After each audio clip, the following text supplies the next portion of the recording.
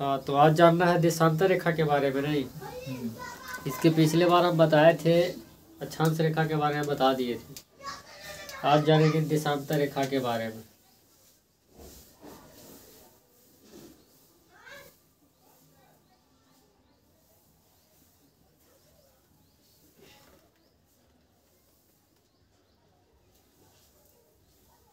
ये जो हम चर्चा कर रहे हैं अक्षांश रेखाएं और देशांतर रेखाएं के बारे में, ये भूगोल है 6 क्लास के बेसिस पर। तो इसमें जैसे ज़्यादा जानकारी नहीं दिया गया है, लेकिन जो मुख्य जो बात है वो बता दिया गया है। इसके पिछले बार बताए थे कि अक्षांश रेखा, क्योंकि एक पृथ्वी जो है से एक गोला है ना। गोला को 2 भाग में बांटा गया है, उत्तरी गोलार्ध, दक्षिणी गोलार्ध। यहाँ पे अब हम बात करेंगे देशांतर रेखा को।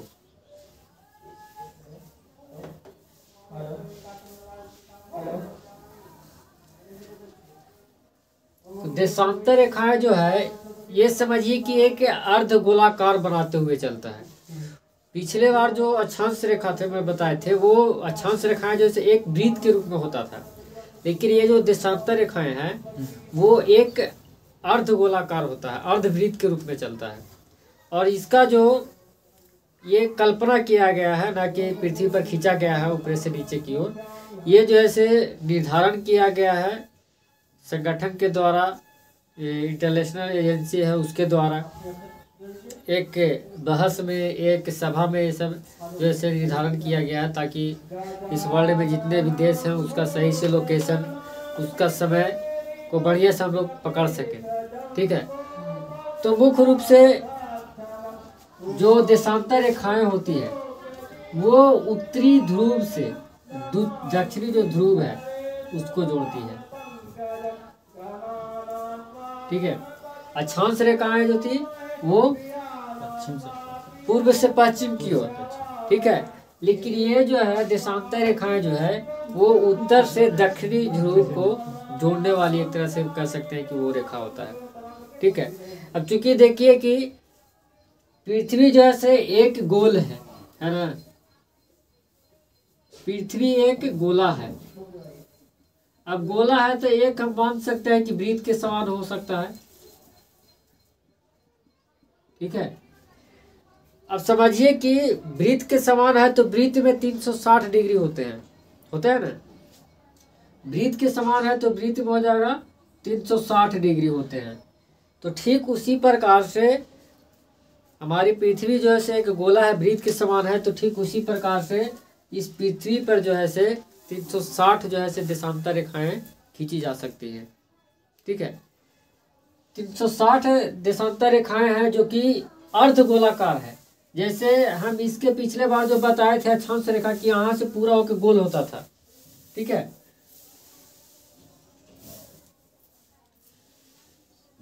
ये जो है ऐसे गोल हुआ करता था, पूरा गोल हो जाया करता था। ठीक है, लेकिन ये जो है से केवल अर्धवृत्ताकार है, केवल अर्धवृत्ताकार। यानी एक तरह से बोल सकते हैं कि यहाँ से ऐसे मिला दिया। ठीक है, इस रूप में जो है से देशांतर रेखाएं हैं, उत्तरी ध्रुव से दक्षिणी ध्रुव को जोड़ दे रहा है। तो इस तरह से खींचेंगे तो हमारी पृथ्वी पर जो है से 360 देशांतर रेखाओं को जैसे कल्पना किया गया है।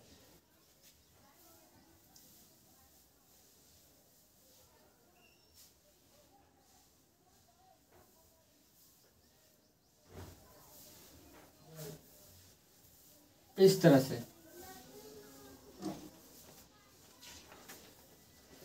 तो हमारी रेखाएं जो देशांतर रेखाएं हैं, बोल सकते हैं कि उत्तरी ध्रुव से दक्षिणी ध्रुव को जोड़ने वाली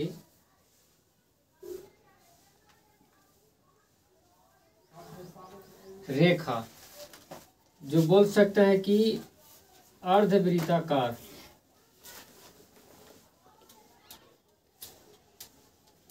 और ये जो रेखा है इस पृथ्वी पर जो है 360 देशांतर रेखाएं। पूछ देता है कि हमारे पृथ्वी पर कितने देशांतर रेखाएं हैं। ठीक है, हाँ, अक्षांश रेखा 181। तो इसमें से अब हम देखेंगे कि देशांतर रेखाएं हैं। तो देशांतर रेखाएं में जो है से दो रेखा जो है से महत्वपूर्ण है। देशांतर रेखा में दो रेखाएं जो है से महत्वपूर्ण है।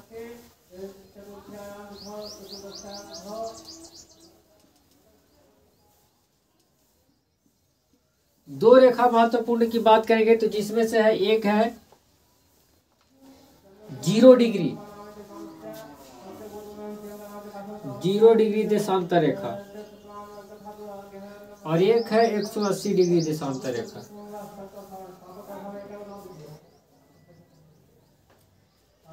देशांतर रेखा तो है, लेकिन इनमें से दो जो देशांतर रेखाएं हैं वो मुख्य है, जिसमें से एक है 0 डिग्री देशांतर रेखा और दूसरा है 180 डिग्री देशांतर रेखा। जिसमें से हम बात करेंगे, जिस 0 डिग्री देशांतर रेखा, इसमें यदि दर्शाने का बात करेंगे तो ये जो है, ये जो रेखा है ये 0 डिग्री देशांतर रेखा है।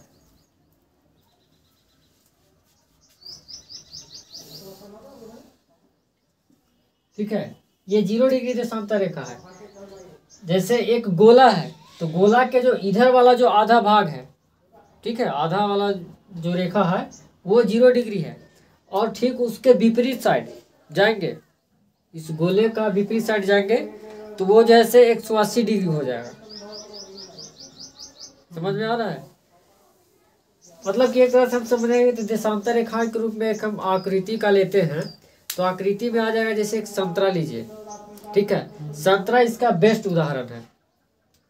अगर संतरा को छिलिएगा तो संतरा जो एक गोला के रूप में है, उसमें देखिएगा कि रेघारी तरह से रहता है, रहता है ना। तो वो समझ लीजिए कि वो जितना भी संतरा का जो रेघारी है व्हाइट व्हाइट वाला, वो सब जो है देशांतर रेखाएं हैं। ठीक है, तो एक साइड का जो उसमें देखिएगा संतरा में कि एक साइड इधर है, गोला का आधा आधा भाग बांट दीजिए। ठीक है, आधा साइड जो है इधर वाला रेघारी रहता है और आधा साइड उधर वाला रेखा रहता है ना। इस तरह से पूरा होता है तो एगो पूरा वृत्त बनता है।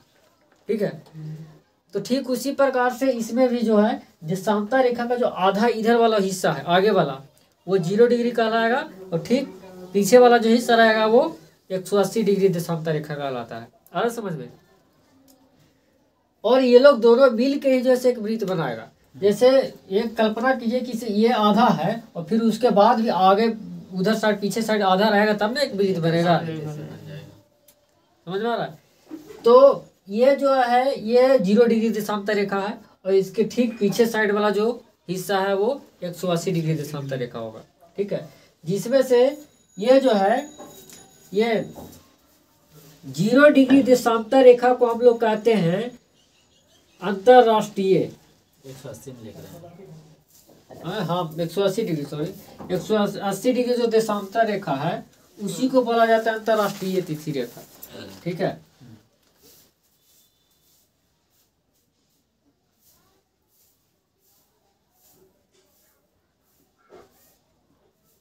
अब ये सब जितना जो है सब पृथ्वी पर है नहीं, ये सब एक निर्धारण किया गया है सभा में। ठीक है, एक इंटरनेशनल सभा है, उसके द्वारा ये सब तय किया गया है जितना भी है, ना कि खींचा गया है।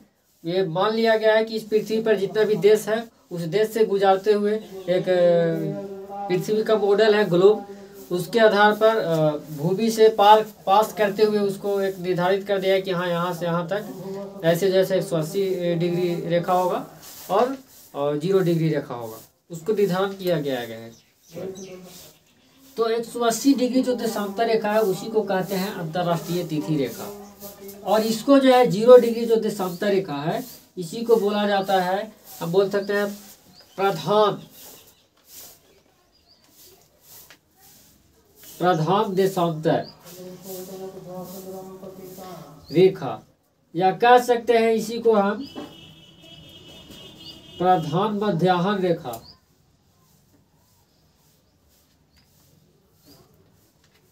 ठीक है,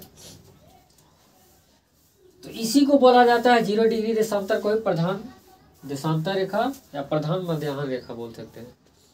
अब जो ऐसे जितना भी है, अब जितना भी देशांतर रेखाओं की गणना है वो 0 डिग्री देशांतर रेखा से ही किया जाता है। अब चूंकि मान के चलिए किसी पृथ्वी एक जो है वृत्त है, तो वृत्त में 360 डिग्री है, तो 360 डिग्री के लिए हम यदि पर एक देशांतर को 1 डिग्री के हिसाब से यदि बांटते हैं तो 360 हो जाएगा। ठीक है, अब इसमें से 0 डिग्री देशांतर रेखा से ही बाकी सभी जो है देशांतर रेखाओं की कल्पना किया जाता है। इसमें से बात करेंगे तो देशांतर रेखा में कि देशांतर रेखा के जो सबसे दो देशांतर रेखाओं के बीच में जो सबसे अधिक जो दूरी होता है वो विषुवत रेखा पर ही होता है। दो देशांतर रेखाओं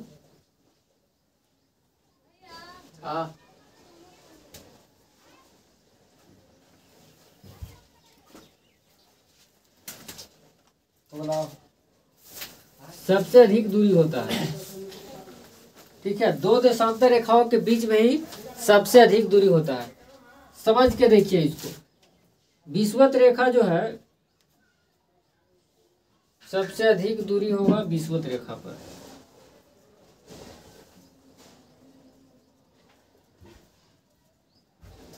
विषुवत रेखा जो है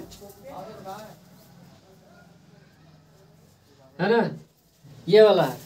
देखिए कि जैसे हम इसके उत्तरी गोलार्ध पे जाते हैं और नीचे दक्षिणी गोलार्ध पे जाते हैं, तो देखिएगा कि इसके बीच का जो दूरी है वो कमते जाएगा। यहाँ से देखिए सबसे जो दूरी है यहाँ पास ही है कि नहीं है। जैसे ही इसको टेढ़ा होते जाएगा ऊपरे जैसे छोटा होते जाता है, जगह कि नहीं है ना। तो एगो ये देशांतर रेखा हुआ, एगो ये देशांतर रेखा हो गया। ठीक है, तो इन दोनों के बीच में सबसे ज्यादा जो दूरी हो गया विषुवत रेखा पर ही होगा, और बाकी जैसे जैसे ऊपर जाते हैं तो जो टेढ़ा है तो धीरे धीरे छोटा होते जाता है इसके बीच का दूरी। ठीक है, तो सबसे यहाँ पे मतलब कहने का मतलब है कि पूछ सकता है कि सबसे अधिक जो है दो देशांतर के बीच की जो है दूरी सबसे अधिक किस रेखा पर होता है। ठीक है, तो ये हो जाएगा विषुवत रेखा पर। बाकी जैसे जैसे ऊपर नीचे हम जाते रहेंगे वो जैसे उसके बीच की जो दो देशांतर रेखाओं के बीच की दूरी कमती जाएगी। ठीक है, इसके बाद जैसे बात करते हैं कि इसमें जो है जितने भी देशांतर रेखाएं हैं उसकी जो है लंबाई सेम होता है। कभी भी किधर से भी खींच लीजिए इसका लंबाई सेम होगा कि नहीं। तो रेखाएं देशांतर रेखा के जो है लंबाई समान,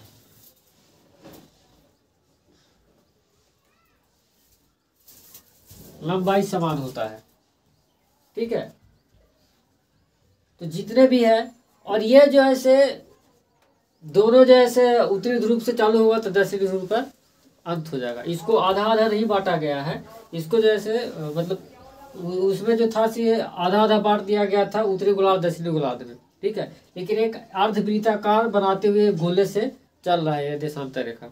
ठीक है, ना कि आधा आधा जैसे पूरा काट रहा था, जैसा अक्षांश रेखा पूरा काटता था, लेकिन ये पूरा नहीं काट रहा है, बस आधा को ही कैप्चर कर रहा है। ठीक है, तो ये देशांतर रेखा हो गया, इसका लंबाई समान है। और ये जो है जब उत्तर से दक्षिण, अब जब भी उत्तर से स्टार्ट उत्तरी ध्रुव से स्टार्ट होगा दक्षिण पे मिलेगा, तो यहाँ पर जो है बिंदु का निर्माण कर देगा, करेगा कि नहीं, होगा ना। यहाँ से चालू हो रहा है, यहाँ थोड़ा यहाँ चालू हो रहा है, यहाँ पे तो यहाँ पे एक बिंदु समान निर्माण हो जाएगा। ठीक है, अब हमको देखना है ये देशांतर रेखाएं हैं, तो देशांतर रेखा के द्वारा ही इसमें सबसे जो है महत्वपूर्ण बात है कि देशांतर रेखा के द्वारा ही किसी स्थान का निर्धारण, उसका समय का निर्धारण जो है देशांतर रेखा के द्वारा ही किया जाता है।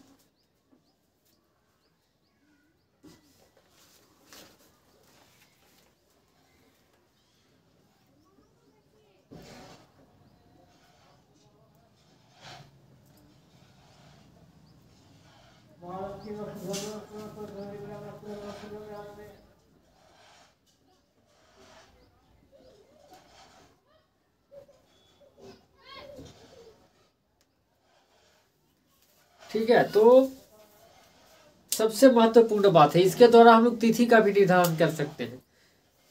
देशांतर रेखाएं इसलिए महत्वपूर्ण है क्योंकि इसी के द्वारा समय एवं लोकेशन इसका निर्धारण किया जाता है।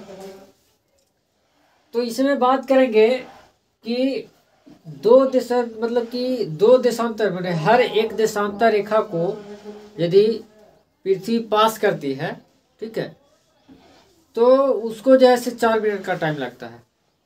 ठीक है, एक देशांतर रेखा से दूसरे देशांतर रेखा तक जाने में या पास करने में 4 मिनट का समय लगता है।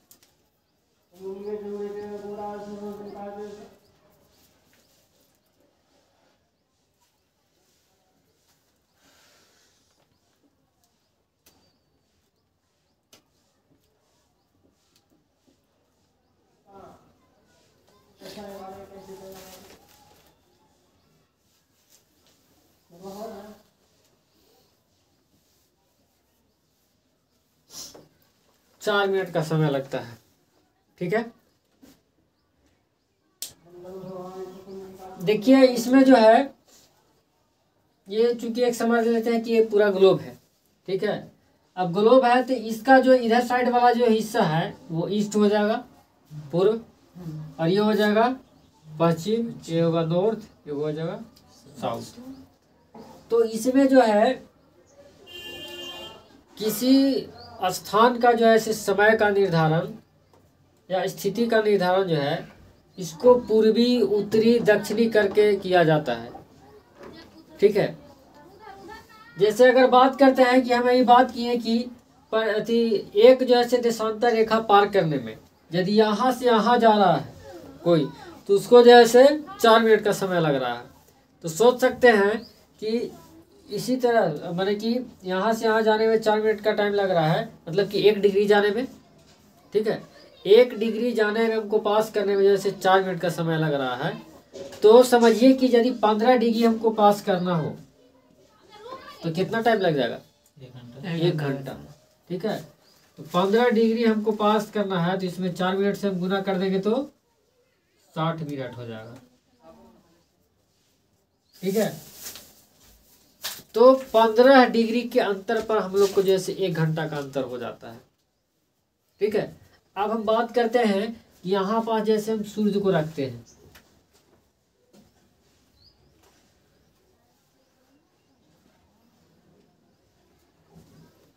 अब सूर्य को रखते हैं तो ये चूंकि सूर्य तो एक जगह स्थायी है ना। अब स्थायी है तो जो भी गति है पृथ्वी करेगी। अब पृथ्वी का जो है से जानता है कि से घूर्णन जो गति है वो पश्चिम से पूर्व की ओर है। ठीक है, तो जब ये राउंड करेगी तो ये पृथ्वी जो है से ऐसे घूमेगी, है ना, पश्चिम से पूर्व की ओर ऐसे घूमते जाएगी। तो घूमते जाएगी से देखिएगा कि जो अभी जो यहाँ पास मान के चलते हैं कि जो इस स्थान पे जो लोकेशन है सबसे पूर्व में तो जापान है। ठीक है, तो जापान है, तो जापान में तो अभी जो इस समय जो है क्या होगा, सुबह होगा, दिन होगा, है ना। तो ये दिन होगा और जैसे जैसे जैसे अब राउंड अप करते जाएगी। ठीक है, तो राउंड अप करते जाएंगे तो जैसे जैसे ये प्रकाश में जाते जाएंगे तो वहाँ पास दिन होते जाएगा जैसे, और ये वाला हिस्सा जैसे पीछे चला जाएगा तो वो अंधकार होते चला जाएगा ना। मतलब कहने का मतलब है कि यहाँ पास हम जो निर्धारण कर रहे हैं कि हमारे जो भारत जो स्थित है, भारत जो है 82.5 डिग्री देशांतर रेखा पर है, पूर्वी 82.5 डिग्री। ठीक है, देखिए इससे थोड़ा सा और एक यहाँ पे दिमाग लगाने वाली बात है कि यहाँ से शुरुआत करते हैं तो देखिए पृथ्वी का हम 4 हिस्सा करते हैं। ठीक है,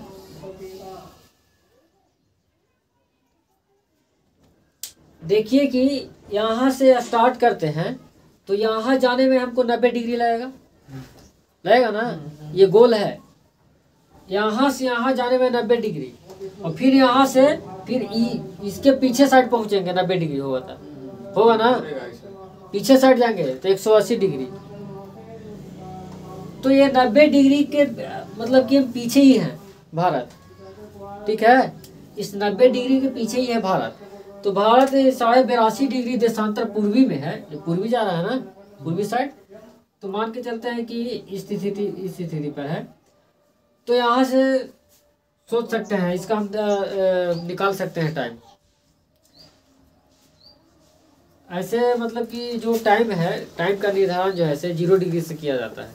ठीक है, तो 0 डिग्री से, अब 0 डिग्री पर मान के चलते हैं कि जो टाइम हो रहा है, मान के चलते हैं कि 12 बज रहा है। ठीक है, किसी समय जो है 12 बज रहा है और 0 डिग्री से हम लोग जो है 82.5 डिग्री पूर्वी देशांतर पर हैं। ठीक है, तो जब 0 से 1 हम जा रहे हैं तो 4 मिनट हमको टाइम लग रहा है। तो समझिए कि यहाँ 82.5 डिग्री हम लोग देशांतर हैं पूर्वी, तो इसमें हम 4 से मल्टीप्लाई करेंगे। ठीक है, तो हो जाएगा कितना, 5 चौके 20, 4 दूनी 8 और 2 10, 8 चौके 32 और 1 33 हो जाएगा। मतलब कि 330 मिनट है ना। मतलब कहने का मतलब कि जो लोकेशन 0 डिग्री पर होगा उससे जो है 330 मिनट हम लोग पीछे होंगे, लेट में होंगे कि नहीं। तो इस तरह से जो है देशांतर रेखा के द्वारा जैसे हम लोग टाइम का पता लगा लेते हैं। अब चूंकि ये जो है 6th क्लास के बेसिस पर है तो इसमें उतना जानकारी नहीं दिया गया। ये भी बता रहे हैं 82.5 डिग्री थे यहाँ पे, इसमें जानकारी नहीं दिया गया, अपने थ्रू बता रहे हैं। तो देशांतर रेखा जो है बहुत महत्वपूर्ण है स्थिति बताने के लिए। किसी उसका दिन का भी पता लग जाता है इससे।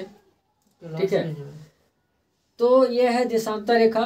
देशांतर रेखा में मुख्य रूप से यही पूछता है कि देशांतर रेखाएं कितने हैं, है ना। एक जो है एक देशांतर रेखा को पार करने में कितना समय लगता है ना, इस तरह से पूछता है। तो देशांतर रेखा में फिलहाल इतना ही है, और बाकी इसके बाद जो बाकी जो महत्वपूर्ण, इससे आगे जो विस्तार से जानकारी है वो आगे वाला क्लास में होगा। तो देशांतर रेखा यही है, इसको नोट कर लीजिए।